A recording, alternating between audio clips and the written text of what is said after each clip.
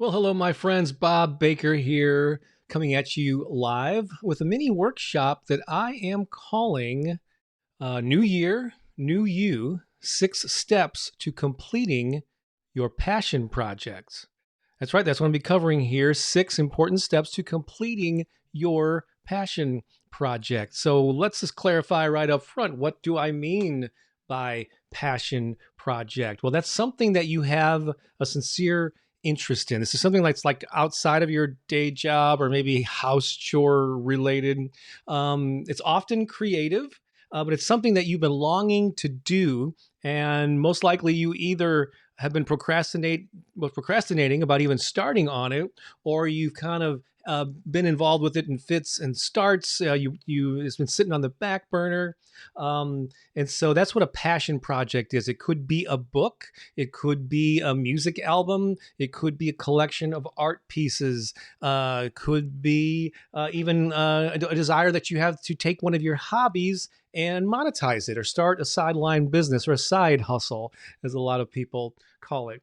A passion project could also be something with a personal development or self improvement, like starting a meditation practice, getting more healthy. But it usually has something to do with creativity, but not always. But it's just something that you've been longing to do. Maybe it's volunteer or join the board of a nonprofit. I mean, the list goes on and on. But that's what a passion project is. And so I'm recording this in the last couple of days of 2020, a very weird and very challenging year for many people. And so I'm doing it in the frame of right around the corner is that New Year's, start fresh, frame of mind, resolutions, and all that stuff. And so I'm actually giving you these ideas here in hopes that you will launch into the new year with some enthusiasm, with some tools, and maybe some strategies that you can get that passion project, make progress on it, and even complete the damn thing. Wouldn't that be something? And so even though I'm recording it now on the cusp of 2020, 2021, I'm recording this live on Facebook, but I plan on taking an edited version of this and putting it on my YouTube channel. And so you may be watching it now, you might be watching it a few months from now or years from now. So, but whenever you happen to stumble upon this, it doesn't have to be New Year's, it doesn't have to be January. You can get a lot of value out of this whenever and wherever you are. And so so that's what's in store here for 6 steps to completing your passion project. You can have that new year, new you kind of frame of mind in June, in July, whenever you feel compelled to just kind of start a new chapter of your life. Before I jump into those tips, I just want to let you know who I am. My name is Bob Baker. I have done a lot of things in the arts in particular, been a long time musician, a guitar player, a singer, a songwriter. Probably over the years, I put out several albums worth of original material with different configurations. And even though I still play and perform and record part-time, but actively part-time these days, my heyday was back in the 80s. And in fact, I'm wearing my new Easily Distracted by 80s Music t-shirt that my friend Tammy, graphic designer and book designer in Austin, created. And I ordered one of these because I am definitely easily distracted by 80s music. But music has been a big part of my life. Also the written word. I'm a published author of 15 physical books, and probably another dozen or so titles in ebook and audiobook and online course formats. I've spoken at panels and workshops and conferences in the music industries and other creative fields. And a lot of my books are on music marketing and helping artists to sort of take that passion and develop it and maybe even build a little business out of it if they so desire. So that's been a lot of what I've done. Over the years, I've also done theater. I've done a lot of things in the arts. I've done visual arts, performing arts. Over the last 10 to 15 years, I regularly teach and perform improv comedy, too, here in my hometown of St. Louis, although I've been doing it on Zoom for most of this year. And so you see, I have a pretty wide range of creative experiences in my past. And for much of my adult life, I've been self-employed. And so yeah, that's where I'm coming from. So I have a lot of wisdom to share through my podcasts and a newspaper that I used to publish here years ago. I've interviewed this countless successful musicians and artists, picked their brains, and so I've been exposed to some of the best practices of some of the most successful independent, at least, uh, artists and people in creative fields. So that's where I'm coming from. And so buckle up and let's jump into these 6 steps here. And so we're going to go to PowerPoint here for a little bit, or some slides. And so number one is you have to choose your passion project. You have to know what it is that you're aiming for, or what you're wanting to create. So as the text says there, decide on something specific you will focus on. It could be a book, like I said before, a music album, an art project, a sideline business, a meditation practice, or anything that you want to create or develop, especially if you've been putting that thing off. This is sort of like to motivate you to get off the pot and to start taking some action on that thing. And I'm going to show you some ways of doing that. And so for some people are very fortunate and they know very clearly what they want to create. Like they want to create a book of their poetry, or they have 4 songs they want to go into the studio and record. So when it's specific and measurable like that, it's very helpful, and it gives you a defined goal. But a lot of people I've encountered are a little more non-specific about it, a little wishy-washy, if I can use that term. And so, if your goal is, if your passion project is to do something crafty, but I haven't figured out, so you have to get clear about it. And I understand if you don't know, there are a lot of people that just are unsure. They feel compelled to do something. So if that describes you, a couple of things you can ask yourself: what are you most passionate about? What is something that's really been calling to you lately? What's something that you know you're going to stick with, and see to completion?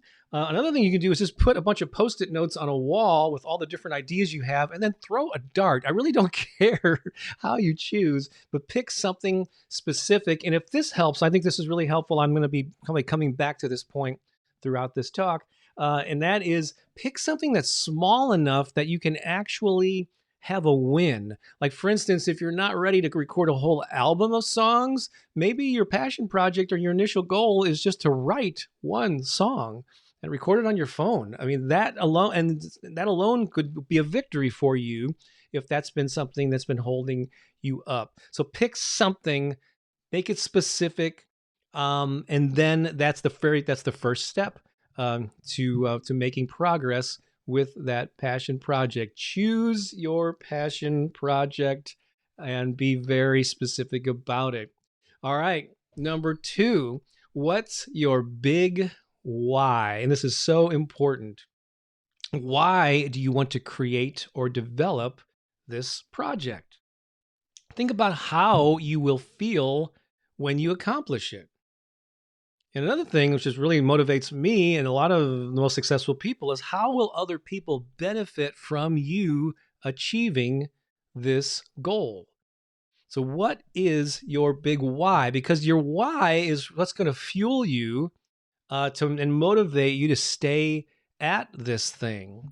Because willpower alone is great, but if you have a strong enough why, it'll propel you forward. Quite often, the whys are multifaceted, and so it's quite all right to have a self-serving why. Like I have this the sense of accomplishment. I feel this urge to create this thing, and I know it's going to feel good when I finally hold it in my hands. That is awesome.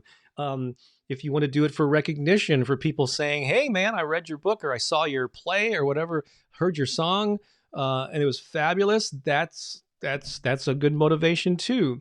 But if you can tie into, if you're okay with sharing your work, I know there's a lot of sensitivity around sharing your stuff publicly, and people, give you feedback or criticism, which I think is overblown. But when you get to that point of sharing it, just imagine how that thing is going to benefit other people, how that song or that book, or whatever, is going to uplift or educate or inspire someone else.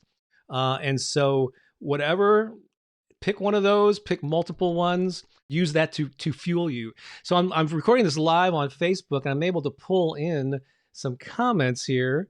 And let me see here. My friend Jordan says, what if I'm in a rut with a chosen project? Move on to something else. In a rut. So I guess you come to a standstill, meaning maybe you're not sure how to continue a book or a painting or whatever the case may be. Move on to something else. So it's possible, yeah, possible you could move on to another project or just take a break from it, um, and then come back to it. I mean, if you have totally turned against it, you just no longer are enjoying it, and then that runs pretty deep. Maybe, yeah, maybe just put it on the shelf for a little while and come back to it. But there's still an inkling of you to finish this thing. I would say just power through it. I'm a big fan, and I'm going to be talking about this, to having a daily practice of carving out time. That's coming up in another one of the tips, where you stay at this and you dedicate some time, hopefully every day or at least multiple times a week, to working on this thing. And every time you sit down, you're not going to be doing cartwheels or whatever. There'll be times, and so Jordan knows because he mentioned there, I used to publish a magazine here in St. Louis called Spotlight, and I did that for 10 years. And every month I had deadlines to get another issue out. And believe me, I procrastinated on writing the articles or the cover stories or whatever. When I sat down, the last thing I wanted to do was, and you've worked on deadlines too, because I know you're a journalist of your own, in your own right there, Jordan. And so deadlines, will teach you to create when you're not in the mood. And so there were often, I was late at night and I begrudgingly sat down and started typing out the beginning of an article. And after a while, one sentence led to two, and I go, oh, that's a nice turn of phrase. Oh, that's a cool way to open this. And before I knew it, I was in the flow. So sometimes you just have to sit down and prime the pump, and just keep working on it. But yeah, at some point, yeah, you have to do, every now and then there's a project that I start that's something that I never have been involved in, that I think would be cool. And then once I get involved in it, it's like, this isn't as what I thought it was going to be.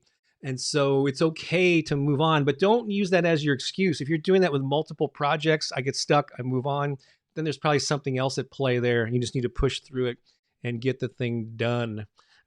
You are certainly welcome. All right. So what's your big why? Let's go on to the next one here. Carve out the time and space. We were just kind of talking about this. So, of course, when you set a goal for this passion project, you have an intention to create it. You've dedicated to having some focus on it. So for those intentions and for that focus to pay off, you must move into the physical world of action. And there are two important aspects that you have to clarify. And I like to point them out here. They're right there in the title of that, time and space. Let's examine time first. You have to answer this question: when will you commit your time and attention to this passion project? And here's a little hint: when I can get around to it is not the right answer. So the thing is to treat this passion project like you would any other personal or work-related or family-related obligation. Actually block it out on your calendar, because if it doesn't get on your calendar, it's not really a thing.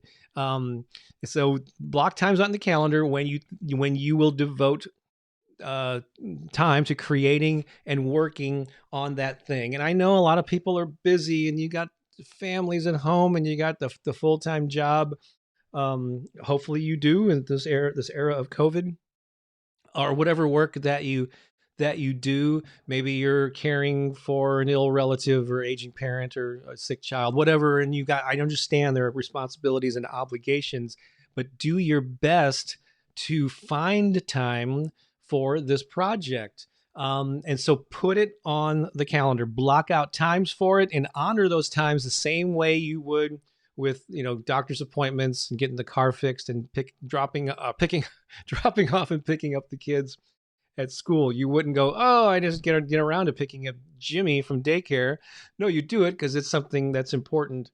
And so treat yourself with that same amount of respect. And even if you think I don't have time, you only have 10 minutes, 15, 20, 30, a half an hour. Maybe you have to get up a little earlier, stay up a little later, carve time out. Whenever you can, just look at your schedule and figure out where you can devote time to it. And if it can be daily, it's going to be even more powerful, because a little time on a daily basis will create so much more momentum than waiting for 3 hours to become open, and that never happening.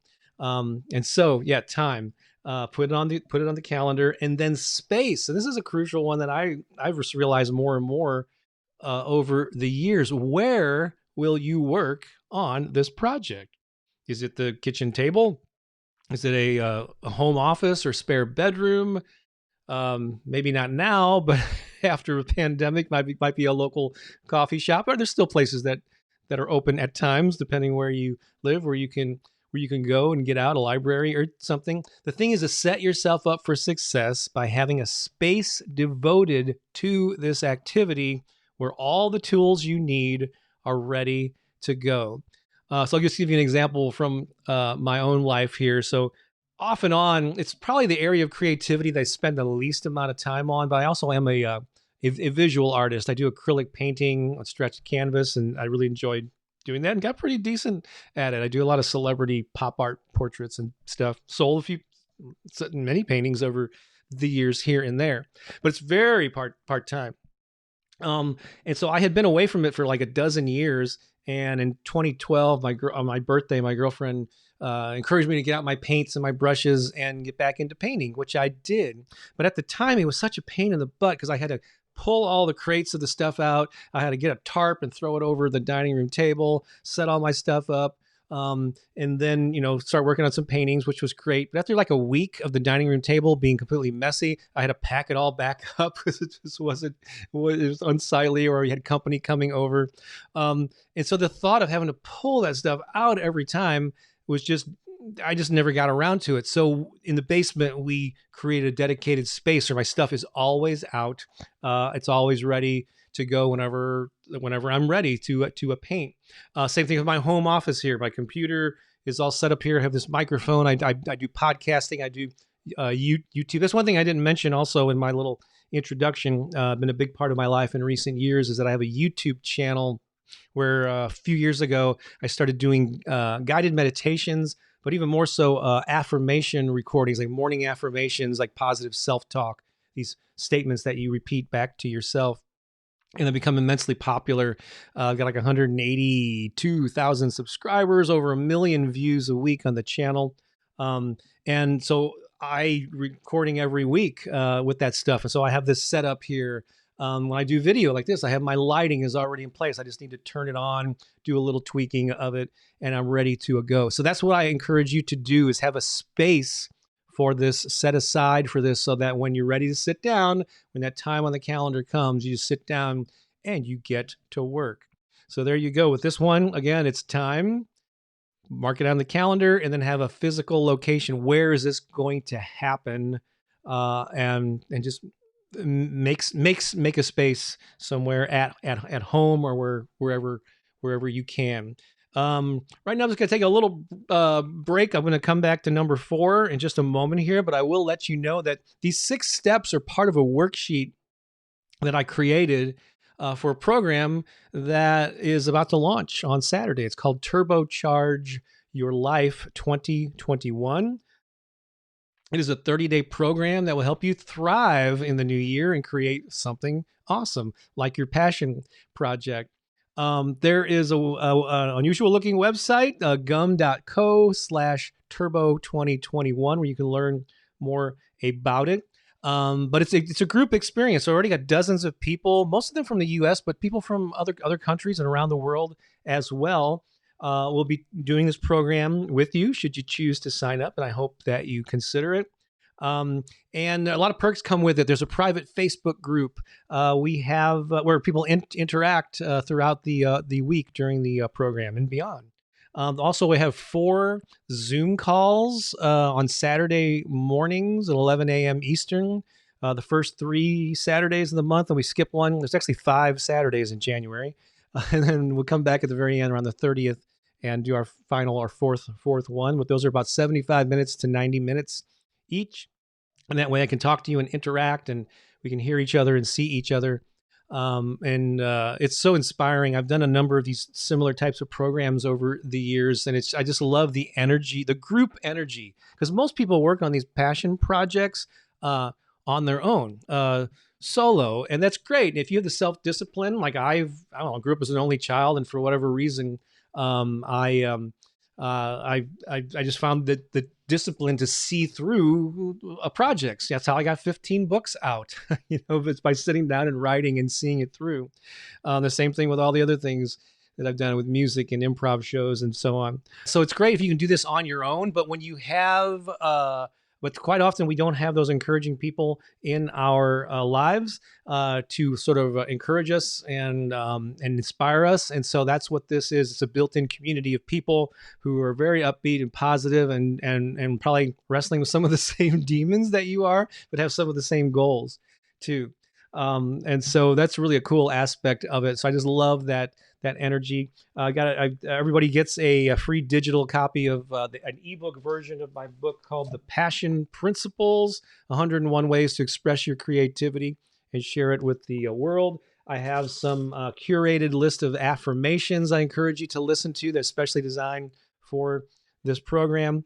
And so there's a lot of perks. And so just go to that website and check it out. And hopefully it'll speak to you and you can join us. There's a lot of people interacting in the Facebook group. Really excited about our first Zoom call Saturday morning, January 2nd. And again, if you listen to this after that, you're well into the year. You can skip past this and just get to the 6 steps. So there you go. I'll remind you about that at the end here. But now let's go on to number 4, shall we? Chunk it down. Don't obsess about the entirety of the project. Just focus on the next tiny action step. For instance, the thought of writing a 200-page book can be daunting. Instead, focus on writing an outline, just the outline, or the beginning of a chapter, or like I did with those articles I mentioned earlier, is the first opening sentence of a blog post or something, or just the next 300 words. Do not think of the whole thing if that's intimidating to you, which it is for most people. So chunk it down. I just love saying that, chunk it down. And again, I'm going to encourage you to choose a passion project that either is simple enough for you to complete maybe within the month of January, or choose some aspect of it that you can complete. The whole thing, I think a lot of people deny themselves small wins along the way. So maybe you could set some milestones. Maybe you're writing a 3-act play and you come to the end of Act 1, celebrate, just focus on that part of it.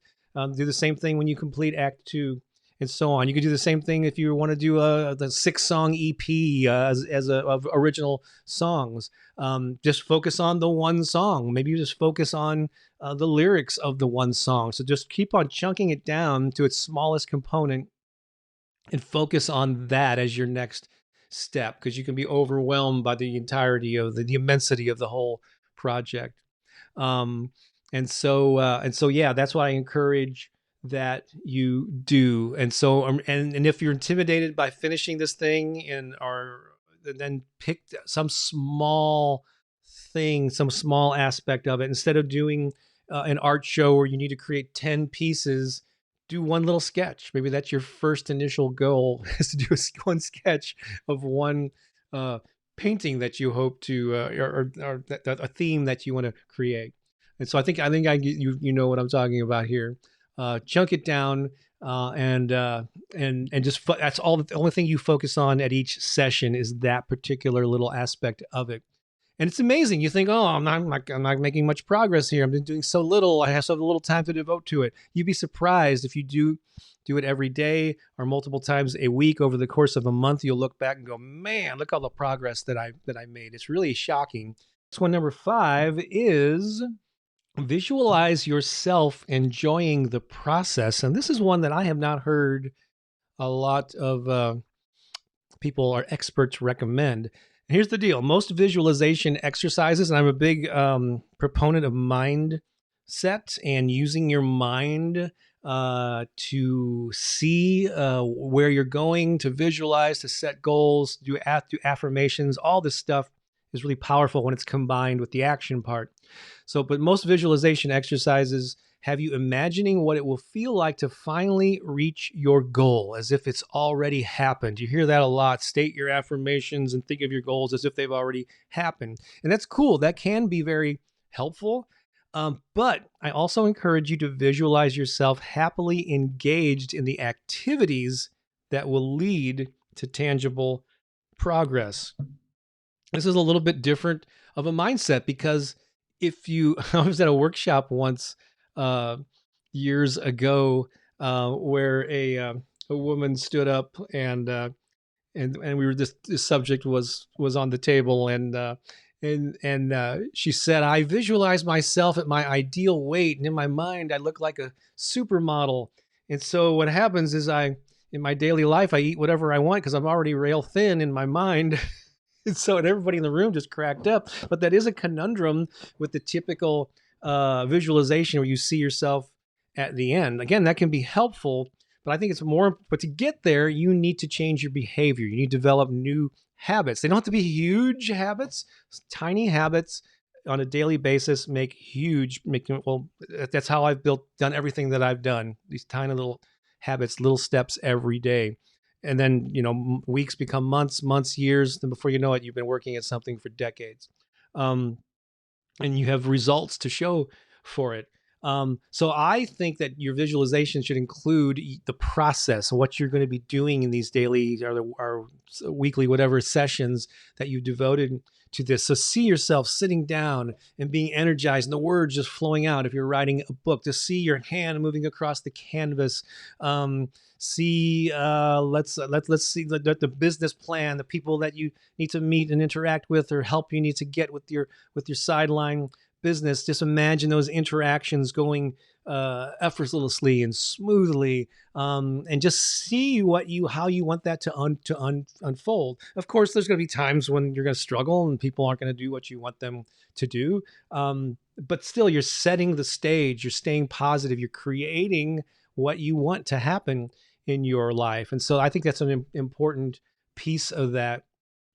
And so, so that's my best advice for you, is to use your visualization and goal setting to actually see yourself enjoying the process and these habits that you're going to create to make this thing happen. And finally, that was number 5, right? Yes. Oh, finally, this is so important. Nike said it best. Just do it. You've got all those other tools. You got all those other aspects of this passion project in place. Now you just need to do it. And those basically my bullet points here are: take consistent action. That means dedicate regular time. I really encourage you to do daily if you can. That is the best way, is to carve out this. That way you develop a habit and it's a routine, just like brushing your teeth and other things you do on a daily basis, putting your shoes on before you walk out the door. It's a habit.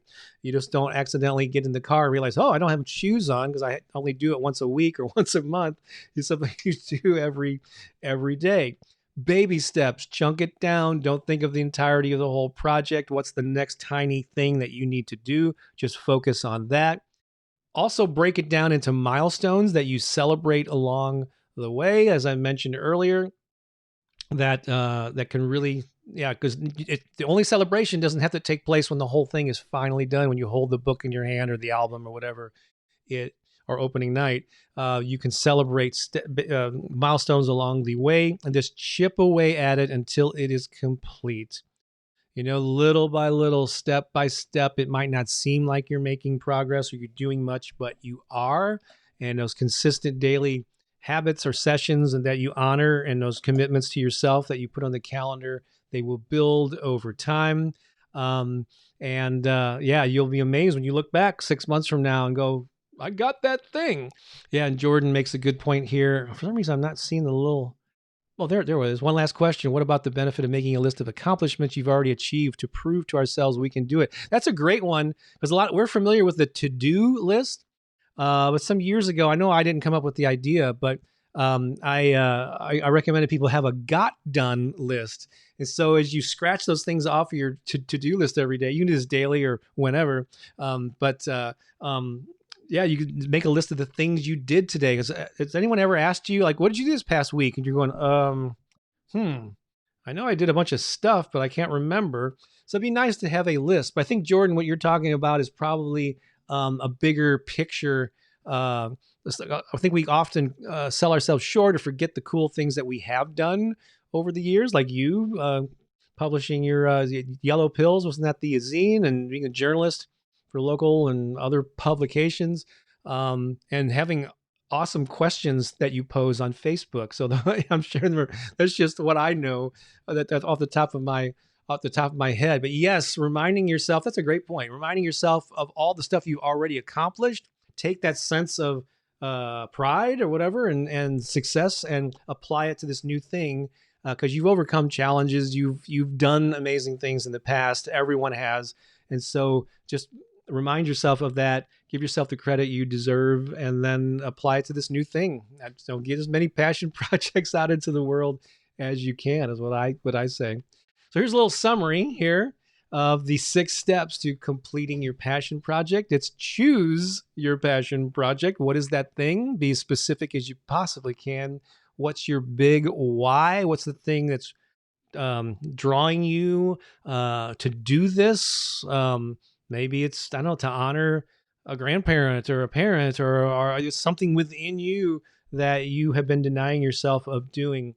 And just figure out what that why is. There could be more than one reason. Carve out the time, carve out the space, have a space available so that, and when you put those things on the calendar, you're ready to sit down and do it when that time comes. Chunk it down. We've already talked about that a lot. Visualize yourself enjoying the process is number 5. And 6, just do it. Damn it.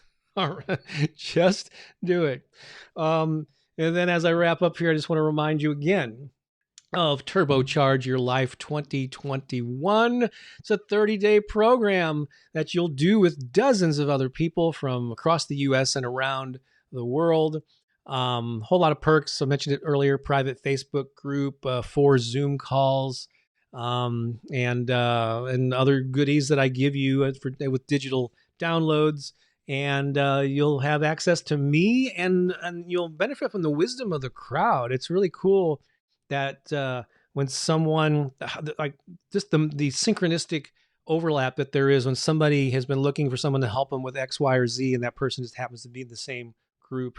You also have the option of having a success partner, like an accountability partner, if you choose that. You don't have to, but it's pretty powerful. You can team up, and during the 30-day program, you can connect with this person. I suggest like around 3 times a week, like Monday, Wednesday, and Friday, even if it's 10 or 15 minutes. And that's just another level of accountability and encouragement, and making a new friend in the creative realm. And I love seeing the relationships, the friendships that have started as a result of these programs. So that is my little mini workshop.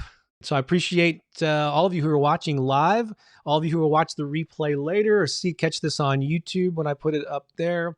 Again, no matter what time of the year you happen to catch this, you can put these principles to use.